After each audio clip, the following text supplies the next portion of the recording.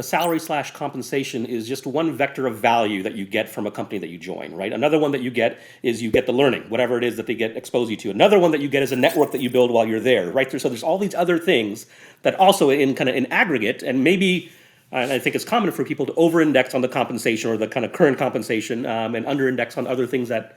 And then there's just the just raw emotional value. Do you like being around the people that you're around? Do you enjoy the idea that you're working on? Like, is it, those things matter, as it turns out. I have a fun HubSpot story. So when we started on this compensation thing, Brian and I had to pick salaries for ourselves, something more than zero. And so we picked $5,000 a month, right? It's like, okay, well, it's a number. And obviously below market value. We'd been out in the market for a while and had worked in our lives.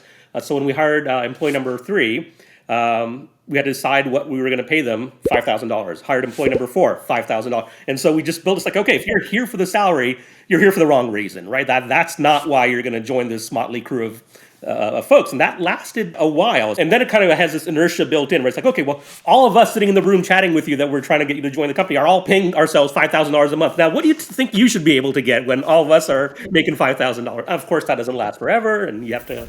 What was the pitch at that time? So it's not like, no offense to HubSpot, but it's not the sexiest idea. You're not saying we're building the electric car here, like you didn't have that. How did you convince people to do this $5,000, Lego block of salary building? Yep. So we cheated a little bit, right? Because of the first 8 people in the company, 7 of them came out of MIT Sloan, the same school that Brian and I went to, and we met in class. So it was kind of in-network kind of thing. It's like, okay, well, it's just a bunch of friends that sort of know each other in network or whatever. Let's go do this thing, right? And they were kind of far enough along in their careers that they were not missing meals or anything like that, right? They had just gone to a relatively good business school. And so that was it. It's like, and then the other thing, like, this is not that risky, dude. Like, let's say this doesn't work out and we end up being chumps of the ideas really bad 3-6 months from now.